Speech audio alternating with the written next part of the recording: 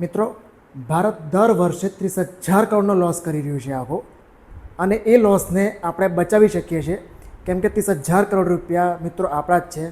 Yes મિત્રો, બિલકુલ સાચું સાંભળ્યું. મિત્રો, 30,000 કરોડ વર્ષે વિદેશમાં જઈ રહ્યા છે. કેવી રીતે સમજીએ મિત્રો? આપ તમામના ઘરે મિનિમમ 3 કિલોવોટની સોલર પેનલ સિસ્ટમ હશે જ અને હોતી હોય છે આખી. તમે એકવાર જઈને આંટો મારી આવો ટેરેસ પર, એ સોલાર પેનલ સિસ્ટમ પર અત્યારે ધૂળ લાગી ગઈ હશે ઓલમોસ્ટના ઘરે આખી. મિત્રો, ધૂળ લાગવાના કારણે સોલરની જે ઉત્પાદન થાય છે એનું 25% કેપેસિટી ડાઉન થાય છે. મતલબ કે જો દિવસનું 12 યુનિટ પ્રોડ્યુસ કરે છે એના બદલે ખાલી 9 યુનિટ પ્રોડ્યુસ કરે છે. મતલબ 3 યુનિટનો લોસ થાય છે આખો દિવસે. એટલે મહિનાનો 90 થી 100 યુનિટનો લોસ થાય છે મિત્રો. અને 100 યુનિટનો 5 રૂપિયા પણ આપણે કોસ્ટ કરીએ તો 500 રૂપિયા આપણને મંથલી એનો લોસ જાય છે આખો. મિત્રો, ભારતમાં આવા 5 કરોડ સોલર પેનલ સિસ્ટમ છે કે જેની કેપેસિટી 3 કિલોવોટની લાગેલી છે આખી. એટલે તમે ગણી શકો છો કે 5 કરોડ ઇન્ટુ 500 એટલે 2500 કરોડનો મંથલી લોસ જાય છે.